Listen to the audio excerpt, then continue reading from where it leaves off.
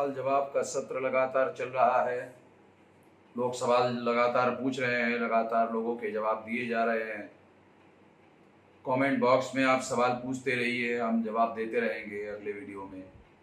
अभी जो सवाल लोगों के द्वारा पूछे गए हैं उन सवालों के हम लोग अभी क्रमबद्ध तरीके से जवाब देने जा रहे हैं। पहला सवाल है चंद्रकांत नागावकर। अजमेर से सरकारी परमिशन और मेडिकल टेस्ट रिपोर्ट के आधार पर कर्नाटक जा रहे नागरिक अचानक ही कर्नाटक सीमा पे कोरोना ग्रस्त हो जाते हैं। साथ ही उन्हें खाने का पैकेट देने वाले हमारे संगठन के कार्यकर्ता को भी होम क्वारंटाइन किया गया है। तो प्रवासी नागरिक मजदूर किसके भरोसे से, मतलब मेडिकल टेस्ट या फिर सरकारी महकमे पर भरोसा कर निकले या फिर कुछ मार्ग हो सकता है, कृपया मार्गदर्शन करिए। लॉकडाउन की वजह से जो सरकारी महकमे में काम करने वाले, विभागों में काम करने वाले कर्मचारी कई जगह ऐसे देखा गया है वो जाति करने का काम कर रहे हैं। ऐसे लोगों का डॉक्यूमेंट, अधिकारियों का नाम वगैरह सारा का सारा नोट करिए। उसके खिलाफ हाईकोर्ट में हम लोग लॉकडाउन उठते ही केस दायर करेंगे। ब्रिजेंद्र रजक, NAPF का रजिस्ट्रेशन है तो राष्ट्रीय प्रभारी कौन है? एक्शन में कब तक होगा, क्योंकि SC/ST के लिए बहुत महत्वपूर्ण है, कृपया मार्गदर्शन करें। नेशनल एट्रोसिटी प्रिवेंशन फोर्स, ये जो संगठन है, इस संगठन का राष्ट्रीय प्रभारी सचिन तोरने हुआ करते थे। उनके जाने के बाद PK मेश्राम जो नागपुर के हैं उनको इसकी जिम्मेदारी दी गई है और उनके द्वारा इस काम को आगे बढ़ाया जा रहा है। रेवत ताकसांडे, भारत को अगर बुद्धमय भारत बनाना है तो SC/ST OBC अगर बुद्धा धर्म की दीक्षा लेता है तो ये रिजर्वेशन पे क्या इफेक्ट पड़ेगा? कोई इफेक्ट नहीं पड़ेगा। उससे भी ज़्यादा महत्वपूर्ण है, इस देश की व्यवस्था को बदलने के लिए हम लोगों को राष्ट्रीय स्तर का संगठन, राष्ट्रीय स्तर का आंदोलन और आंदोलन को जन आंदोलन बनाने की जरूरत है। जुबेर बेग मिर्जा, क्या EVM जनप्रतिनिधि कानून का दुरुपयोग नहीं है? क्या VVPAT से स्लिप मिलना नहीं चाहिए? सबसे तो EVM सुप्रीम कोर्ट के आदेश पर लागू किया गया है और सुप्रीम कोर्ट ने केवल EVM के द्वारा चुनाव करने के लिए रोक लगाई है और उसको भी VVPAT लगाने के लिए कहा है। EVM मशीन में गड़बड़ होता है, घोटाला होता है, ये बात सुप्रीम कोर्ट भी स्वीकार कर चुका है। इसीलिए उसको रोकने के लिए VVPAT लगाया गया है। और इतना ही नहीं, कैंडिडेट को ये अधिकार भी दिया गया है कि वो मांग कर सकता है VVPAT के बाहर निकलने वाले जो कागजी मतपत्र है उनकी गिनती करने का, यदि उसके रिजल्ट के बारे में उनको डाउट है।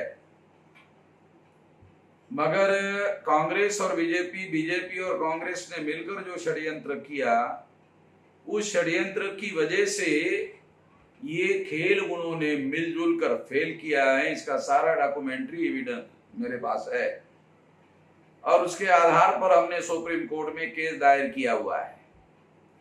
इसलिए इस केस को ध्यान में रखते हुए आने वाले समय में, अभी लॉकडाउन की वजह से डे टू डे हियरिंग नहीं हो रही है और 3 जून के बाद ये हियरिंग होगी ऐसा पता चल रहा है।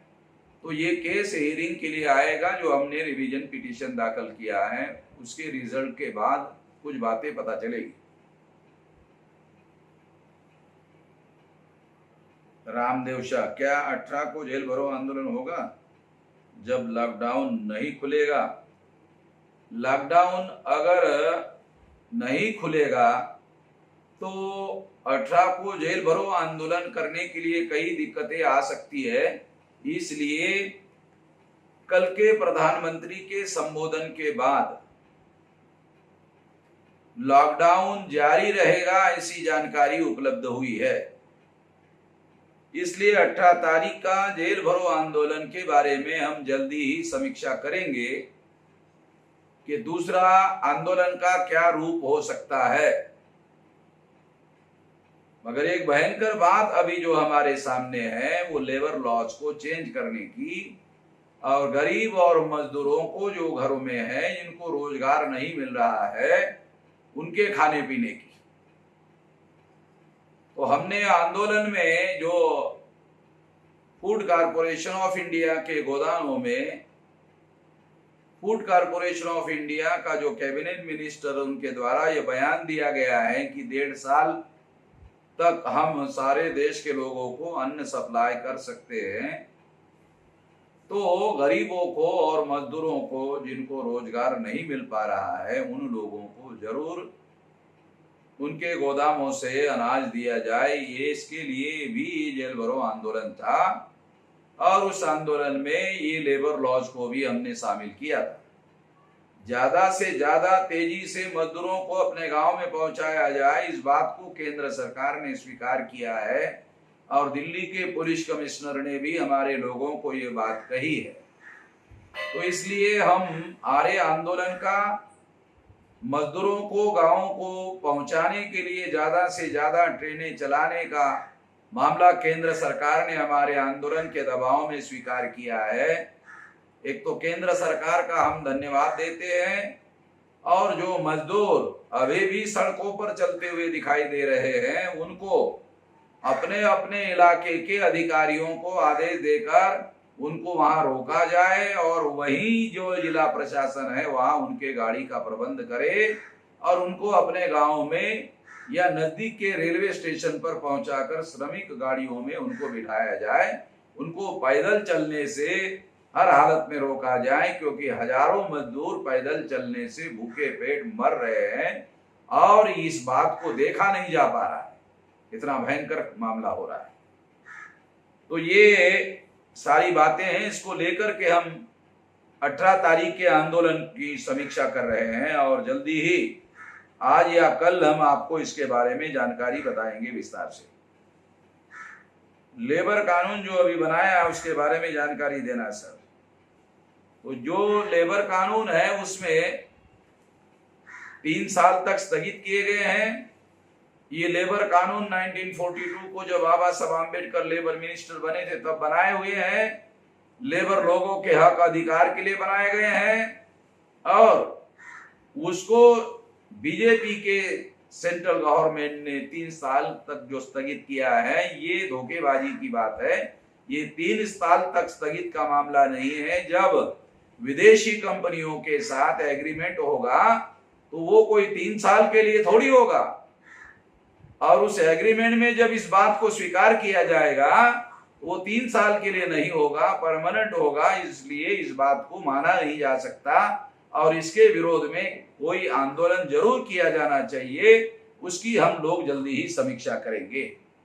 12-12 घंटे काम करने की बात है, 8 घंटे की सैलरी होगी, 4 घंटे मुफ्त में काम करना होगा। तो ये अब नौकरी नहीं रही है, ये गुलामी हो गई है। इसके विरोध में बहुत बड़े पैमाने पर आंदोलन की जरूरत है।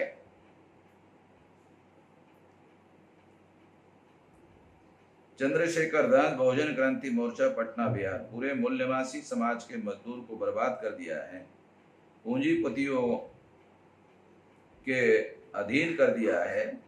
इस निकम्मी मोदी सरकार के गलत निर्णय लेने के कारण आज हजारों मजदूरों का जान चला गया है। इस सरकार के ऊपर कौन सी धारा लगाई जा सकती है? कुछ लोग इस मुद्दे को लेकर सुप्रीम कोर्ट गए हैं ऐसा पता चला है और हम लोग इसके विरोध में सारे देश भर में आंदोलन करने में लगे हुए हैं और मजदूरों को श्रमिक ट्रेनों को चलाकर अपने गांव में पहुंचाने के लिए जो आंदोलन चलाया गया था तो हर जगह अभी ऐसी ट्रेनें चलाई जा रही है। तो इस आंदोलन की सफलता के लिए जो जनता ने हमें साथ सहयोग दिया उसके लिए धन्यवाद। Praveen Modgare, Nagpur, BJP government is planning and continuously selling the public sector companies, recently BPCL, Concor etc. This is directly abolishing the representation of SC, ST, OBC in government and public sector in order to save the representation of a Bahujan population in public sector and government sector. What is the action plan as per your opinion, if it is the national agitation against government, then how to proceed further? Kindly guide us. इसके लिए बहुत बड़ा भारत बंद का कार्यक्रम lockdown के बाद करने का निर्णय किया गया है और अभी 20 जून की तारीख घोषित है, अभी मई चल रहा है।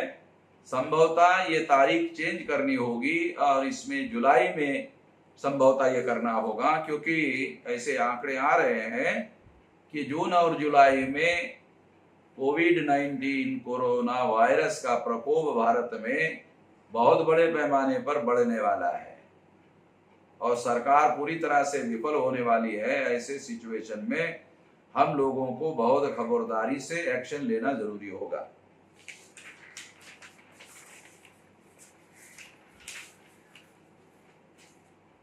संतोष कुमार चौधरी, सुपौल जिला बिहार से हूँ। सर जी, मैं जानना चाहता हूँ कि मैं 18 तारीख से जेल भरो आंदोलन में शामिल हो सकता हूँ या नहीं। सर जी, मेरे ऊपर पहले से ही केस चल रहा है। दुर्गा पूजा टाइम में मेरे द्वारा सोशल वेबसाइट फेसबुक पर कुछ पोस्ट शेयर करने की वजह से हिंदू धर्म रक्षा समिति के द्वारा मेरे ऊपर केस किया गया है। इसमें 153A, 295 और IT सेक्शन की धाराएं लगा हुआ है। अभी मैं बेल पर जेल से बाहर हूँ, कृपया मार्गदर्शन करें। आपको जिस मुद्दे पर अरेस्ट किया गया था वो मुद्दे अलग है और हम जो मुद्दों के लिए जनहित में आंदोलन कर रहे हैं वो मुद्दे अलग है, इसलिए आपको आंदोलन में शामिल होने के लिए कोई रुकावट नहीं है। कन्हैया देवगढ़िया, जब सरकार का कोई धर्म नहीं हो सकता है तो भाजपा किस आधार पर हिंदू धर्म को सरकार के लेवल पर बढ़ावा दे रही है? ये बुरी तरह से गैर कानूनी काम है। अगर वो हिंदू धर्म को बढ़ावा देने का कार्य कर रहे हैं कि उसके सारे डॉक्यूमेंट्री एविडेंस आप इकट्ठा करिए, हमारे पास भेजिए, हम इसके लिए आवश्यक कार्रवाई करेंगे। और जिसे आप हिंदू धर्म कह रहे हैं वो वास्तव में हिंदू धर्म नहीं है, वो ब्राह्मण धर्म है। ब्राह्मण धर्म का प्रचार करने से SC ST OBC सतर्क हो जाते हैं। हिंदू धर्म का शब्द प्रयोग करने से SC ST OBC ब्राह्मणों के जाल में फंसते हैं। ये जाल समझना जरूरी है। 2, श्रम कानूनों को समाप्त करने का षड्यंत्र लॉकडाउन के अंदर किया जा रहा है। इस पर हमारी स्ट्रेटेजी क्या होगी? राष्ट्रव्यापी आंदोलन करने की स्ट्रेटेजी है। वैभव पांडुरंग सातपुते, सर, भीमा कोरेगांव के दंगल करता भिड़े एक वोटे फडणवीस के खिलाफ संगठन का अगला कदम क्या होगा? पहले हमारी कोशिश है कि जो इंक्वायरी कमीशन है उनके सामने सबूतों के साथ ये सारी बातें सिद्ध की जाए। सुधांशु यादव, बहुजन स्टूडेंट यूनियन भागलपुर बिहार, खासकर OBC के लोग और शिक्षित लोग ही अपने कौम के विरुद्ध काम करते हैं, साथ ही RSS को पोषित करने का काम करते हैं। RSS के जरिए ही OBC के लोग उस क्षेत्र में जा पाया है और फिर भी आरक्षण का विरोध कर रहा है। वो ये नहीं समझ पाते कि आरक्षण एक गरीबी उन्मूलन कार्यक्रम नहीं है, यह प्रतिनिधित्व का मामला है। ऐसे सवाल से कैसे निपटेंगे ताकि बहुजन विचारधारा को मजबूत किया जा सके? सुधांशु जी, वैचारिक रूप से SC ST OBC और खासकर OBC के लोगों को जागृत करने की जरूरत है। इसके लिए ज्यादा जागृति बढ़ाया जाना जरूरी है। बिहार के जो खास तौर पर यादव है उनका इंटरेस्ट केवल या राजनीति में होता है और अपने लोगों को वैचारिक रूप से जागृत करने में कम होता है। इसके बारे में भी आम लोगों को सतर्क करने की जरूरत है। ग्रॉस्पिंग अमलिया, सर, आर्य भगवान को मानते हैं पर वे मूर्ति पूजा का विरोध करते हैं, परंतु ब्राह्मण मूर्ति पूजा में विश्वास करते हैं। दोनों में अंतर क्या है? आर्य शब्द के बजाय DNA के अनुसार अब यूरेशियन शब्द का उपयोग करना चाहिए। तो ये जो यूरेशियन है, ये जो भगवान को मानते हैं ऐसा कहा जाता है, ये बात सही नहीं है। ब्राह्मणों के शास्त्र में ब्राह्मण वर्ण व्यवस्था, जाति व्यवस्था, अस्पृश्यता या उनकी बनाई हुई व्यवस्था पर जितना यकीन करते हैं उतना वो भगवान पर भी यकीन नहीं करते, बल्कि उनका बनाया हुआ जो भगवान है उनको वो वर्ण व्यवस्था, जाति व्यवस्था और अस्पृश्यता के समर्थन में खड़ा कर देते हैं। जो भगवान उनका समर्थन नहीं करते, उस भगवान को भी वो मानते नहीं है। इस दृष्टि से ब्राह्मण नास्तिक लोग हैं। सतीश पवार, मुख्य न्यायिक फाउंडेशन, बुल्ढाना। प्रस्तावित राजकीय पार्टियों से अलग विचारधारा रखने वाला जो युवा वर्ग है, जो आपकी विचारधारा से इत्तेफाक रखते हैं लेकिन कमजोर अर्थव्यवस्था के कारण सामने आकर अपनी बात रख नहीं सकता, ऐसे युवाओं के लिए कुछ नीति अगर आपके पास हो तो कृपया मार्गदर्शन करें। इसके बारे में विस्तार से जो आप कहना चाहते हैं 4 लाइन में नहीं है, पूरा विस्तार से लिखित सचिवालय को एप्लीकेशन करिए, उसके बाद इसके बारे में हम लोग निर्णय करके बताएंगे।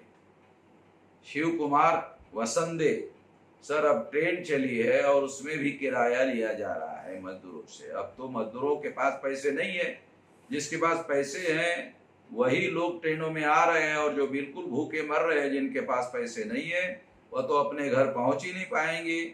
उनके बारे में क्या सोचा जा रहा है? जिसके पास पैसे नहीं है उन्हें भी तो घर जाने की जरूरत है। श्रमिक ट्रेनों में मजदूरों को संगठित रूप से आवाज उठानी चाहिए, हम उनका समर्थन करेंगे। अगर श्रमिक ट्रेनें लोगों को घर में पहुंचाने का काम कर रहे हैं तो उनको बिल्कुल पैसा मजदूरों से नहीं लिया जाना चाहिए।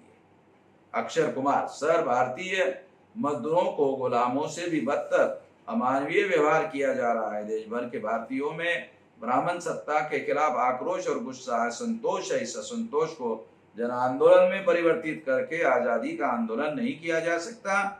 उसी काम में हम लोग लगे हुए हैं। सलाह देने के बजाय इस काम में सक्रिय रूप से जुड़ जाइए। प्राची लोखंडे, सर आप जैसे हर प्रश्न के उत्तर देते हो वैसे कोई नहीं देता है, कोई संगठन नहीं देता है। प्रश्न पूछने की स्वतंत्रता देते हो आप हर बेसिक प्रश्न का उत्तर देकर आप समझाते हो। सब कुछ साफ साफ है और समझ में आता है। ऐसा क्यों है? हम अपने उद्देश्य के प्रति समर्पित है और स्पष्ट है। हम अपने महापुरुषों की विचारधारा का अध्ययन किया है, अभ्यास किया है और तर्कसंगत अभ्यास किया है और उसको स्वीकार करके जीवन में अपना रहे हैं। इसलिए हर सवाल का जवाब देने लायक है, इसीलिए दे रहे हैं। दूसरे लोग केवल महापुरुषों का नाम लेते हैं, उनकी विचारधारा को नहीं मानते हैं। विनोद बघाड़े, गांधी ने बाबा साहब को संविधान सभा पर भेजा क्या? 1946 में गांधी और कांग्रेस ने बाबा साहब आम्बेडकर के विरोध में बयान दिया था कि डॉक्टर आम्बेडकर के लिए संविधान सभा के दरवाजे ही नहीं खिड़कियां भी बंद है। इसके आधार पर यह नहीं कहा जा सकता कि गांधी और कांग्रेस ने बाबा साहब आम्बेडकर को संविधान सभा पर भेजा था। बाबा साहब आम्बेडकर बैरिस्टर जोगेंद्रनाथ मंडेल के आह्वान पर बंगाल गए थे और बंगाल में फजलुल हक वहां के मुख्यमंत्री थे और उनके साथ कोऑर्डिनेशन से बाबा साहब आम्बेडकर संविधान सभा में खुलना, जसोर, बोरीचाल और यहाँ से चुनकर गए थे और वो एरिया वहां से चुनकर गया हुआ एरिया बाद में गांधी नेहरू ने पाकिस्तान को दिया। तो वो तो शुरू से विरोध में थे। इस उदाहरण से भी यही सिद्ध होता है। प्रमोद सिंह, मेरा यही सवाल है कि सरकार को उखाड़ फेंकने के लिए अब कब ऐलान कर रहे हो, कब जुलूस निकाल रहे हो? सबसे पहले मैं आऊंगा मिश्राम जी, ठीक है, आपको याद करेंगे जब आंदोलन घोषित हो जाएगा। वैसे भारत बंद 20 जून को घोषित किया गया है, ये लॉकडाउन की वजह से बढ़ाना पड़ सकता है। पुष्पेंद्र भोगिनीपुर, भारतीय विद्यार्थी मोर्चा जिला यूनिट कानपुर देहात, सर क्या यह बात सच है कि आरएसएस के मुख्यालय में कभी भारत का राष्ट्रीय ध्वज तिरंगा कभी जलाया गया था? कृपया मार्गदर्शन करें। इसके बारे में कोई डॉक्यूमेंट्री एविडेंस हमारे पास नहीं है। जिन लोगों के द्वारा आप लोगों ने ऐसे सुना है उन लोगों को डॉक्यूमेंट्री एविडेंस मांगिए, क्योंकि हमारी आदत है कि हम कोई भी बात डॉक्यूमेंट्री एविडेंस के साथ करते हैं। दो देश संविधान से चलता है तो कोर्ट में गीता में हाथ रखकर कसम क्यों खिलाई जाती है? संविधान में हाथ रखकर क्यों कसम नहीं खिलाई जाती है? जो जिस धर्म को मानता है उस धर्म को मानने वाला जो ग्रंथ है, उस ग्रंथ पर इसलिए हाथ रखवाया जाता है कि कोर्ट में वो झूठ ना बोल सके, क्योंकि लोगों की धार्मिक आस्था का सच बोलने के लिए, उपयोग करने के लिए ऐसा किया जा रहा है। इसको समझने की जरूरत है। अलग अलग धर्म को मानने वाला, अगर मुसलमान है तो थोड़ी उसको गीता पर हाथ रखवाया जाता है, उसको कुरान पर हाथ रखवाया जाता है। अगर कोई बुद्धिस्ट है तो वो धम्मपद पर हाथ रखवाया जाएगा। क्रिश्चियन है तो उसको बाइबल पर हाथ रखवाया जाएगा। केवल गीता पर हाथ नहीं रखवाया जाता है। अमित मौर्य, जनपद कौशाम्बी सर, कुछ बौद्ध भिक्षुओं का मानना है कि बुद्ध कालीन नालंदा, विक्रमशिला, तक्षशिला जैसे विश्वविद्यालयों को मुसलमानों ने जलाया। क्या सही है? कृपया मार्गदर्शन करें। दो तीन महत्वपूर्ण बातें हैं। मुस्लिम बुद्ध सिकन लोग थे और वो ऐसा मानते थे कि जो बुद्ध धर्म को मानने वाले लोग बुद्ध की मूर्ति को मानते हैं, इस वजह से वो इसके विरोध में थे, ऐसे कहा जा सकता है। मगर इसके लिए उनको बुद्ध के मूर्ति को तोड़ना चाहिए था, फोड़ना चाहिए था, ये समझ में आता है। अगर मुसलमानों के द्वारा नालंदा, तक्षशिला, ये जो विश्वविद्यालय है उसकी लाइब्रेरी को जलाने का काम किया, जो लाइब्रेरी में ब्राह्मणिज्म का विरोध करने वाले ग्रंथ थे, तो ये मुसलमानों के द्वारा जलाया होगा, ऐसा नहीं कहा जा सकता। इसमें निश्चित ब्राह्मणों का षड्यंत्र है, इसको समझने की जरूरत है। मैं जब नालंदा यूनिवर्सिटी देखने के लिए गया था तो वहां जो बताने वाले गाइड थे, उन लोगों ने कुछ ब्राह्मणों के रेफरेंस भी दिए थे कि उनके द्वारा ऐसा करवाया गया। सिंगर सूरज बहुत क्षत्रिय कहां से आए हुए, यह भी विदेशी है क्या? ये सवाल प्रासंगिक नहीं है। प्रासंगिक सवाल है ब्राह्मण कौन से देश से आए। अगर ये सवाल है तो इसका जवाब है यूरेशिया से आए हैं, विदेशी लोग हैं। ओम प्रकाश मंडल सर, मेरा सवाल है, जब डीएनए के आधार पर ब्राह्मण विदेशी घोषित हो चुका है, तब क्या इन लोगों को वोट का देने का अधिकार होना चाहिए या नहीं? आपकी क्या राय है? ब्राह्मण भी इस देश का नागरिक है और नागरिक, सभी नागरिकों को समान नागरिक घोषित किया गया है और उनको समानता के सारे अधिकार बहाल है।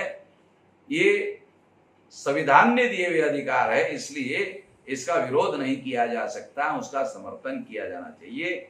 हम इसके विरोध में नहीं कि ब्राह्मणों को वोट देने का अधिकार हो, ये समानता का अधिकार है, ये बरकरार रहना चाहिए। दाऊराम, श्रम नीति में अभी हाल ही में बदलाव किया है जिसके तहत 12 घंटे काम करना पड़ेगा और मजदूर को कभी भी सेवा से निकाल सकेंगे। इसके लिए एक्शन लेने की जरूरत है, इसीलिए हमने जेल भरो आंदोलन में उस मुद्दे को शामिल किया है। शेखर बहुत सर, यूपी सरकार ने मजदूरों के नियम में छेड़छाड़ किया है, इसके विरोध में आंदोलन चल रहा है। प्रवीण गायकवाड़ सर, सरकारी स्कूल बंद किए गए हैं, उसके बारे में मार्गदर्शन करें। लॉकडाउन में सरकारी स्कूलों को खोलने से कोविड-19 कोरोना वायरस फैल सकता है और बहुत बड़ा खतरा है। इंचे शाम, ब्राह्मण और ब्राह्मणिज्म में क्या फर्क है? एक कम्युनिटी और एक पॉलिटिकल प्रोपेगेंडा तो अलग है। ब्राह्मण से ही ब्राह्मणिज्म का निर्माण हुआ है, इस बात को समझने की जरूरत है। ब्राह्मण, गैर ब्राह्मणों से ब्राह्मणिज्म का निर्माण नहीं हुआ है। एक बात, ब्राह्मण से ही ब्राह्मणिज्म का निर्माण हुआ। दो बात, तीसरी बात, ब्राह्मण ही ब्राह्मणिज्म को बचाने के लिए अपना जीवन उत्सर्ग करने के लिए तैयार रहता है और उसके लिए हिंसा करने पर उतारू हो जाता है। तो ये मौलिक बात समझने की जरूरत है। क्या कोई ऑर्गेनाइजेशन खुलेआम कॉन्स्टिट्यूशन का आर्टिकल 56 विरोध कर सकते हैं और लैंग्वेज के आधार पर बंगाली जातीयतावादी पॉलिटिकल संगठन कर सकते हैं? 56 का आर्टिकल के बारे में ये आप कौन सा इंडियन पिनल कोड के 56 की बात कर रहे हो या भारत के संविधान के 56 की बात कर रहे हो? ये स्पष्ट नहीं है, इसको आप क्लियर करके भेजिए। जयप्रकाश नायकर, बिहार, मुजफ्फरपुर। सर, मेरा सवाल है कि जब 29 तारीख को भारत बंद हुआ तो उसमें वीएल मातंग साहब के द्वारा पार्टी के स्तर से बड़े पैमाने पर प्रचार प्रसार नहीं दिखा और विद्यार्थियों को उस कार्य में लगाया गया, जबकि पार्टी के लोग मंद गति से कार्य किए। अब विद्यार्थी पार्टी का काम करे या विद्यार्थी विद्यार्थियों का काम करे? विद्यार्थी जब इस तरह का कोई आंदोलन होता है तो इस आंदोलनों में बढ़ चढ़कर हिस्सा लेना चाहिए। पार्टी के लोगों के द्वारा अगर कोई कमी पेशी रह गई है तो उसके बारे में उनको इस काम के लिए पार्टी के जो अध्यक्ष है उनको इसके बारे में पूछा जा सकता है। मिलिंद बंसोड़े, सोलापुर। महात्मा बसवेश्वर जी ब्राह्मण समुदाय से है या मूल निवासी?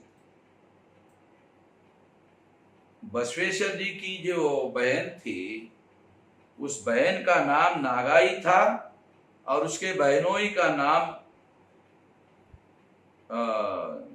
शिवनाग था। इसका मतलब ये है कि वो नाग लोग थे, और अगर नाग लोग थे तो इससे सिद्ध होता है कि वो ब्राह्मण नहीं थे।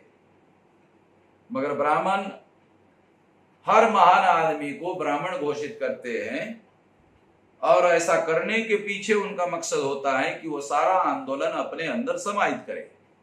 ये उनके षड्यंत्र का मामला है, उससे सावधान रहने की जरूरत है। शिवम कुमार अंबेडकर, सरकार ने जो रेलवे चलाने का ऐलान किया है, बोला यात्रा के लिए टिकट ऑनलाइन लेना होगा। दूसरी तरफ सरकार कहती है सिर्फ ट्रेन चलेगी और एक का टिकट 1500-2000 रुपए में लेगी, तो लेकिन मजदूरों के पास ऑनलाइन और इतना पैसा कैसे और कहां से आएगा? मजदूरों के लिए श्रमिक ट्रेनों को चलाया जा रहा है, इसे समझने की जरूरत है। श्रमिक ट्रेनों में मजदूरों को जाना चाहिए जो फ्री ऑफ कॉस्ट है। आप लोगों ने सवालों के जवाब ध्यानपूर्वक सुने होंगे, इसके लिए आप सभी लोगों का धन्यवाद। कमेंट बॉक्स में सवाल पूछिए, अगले वीडियो में जवाब दिया जाएगा।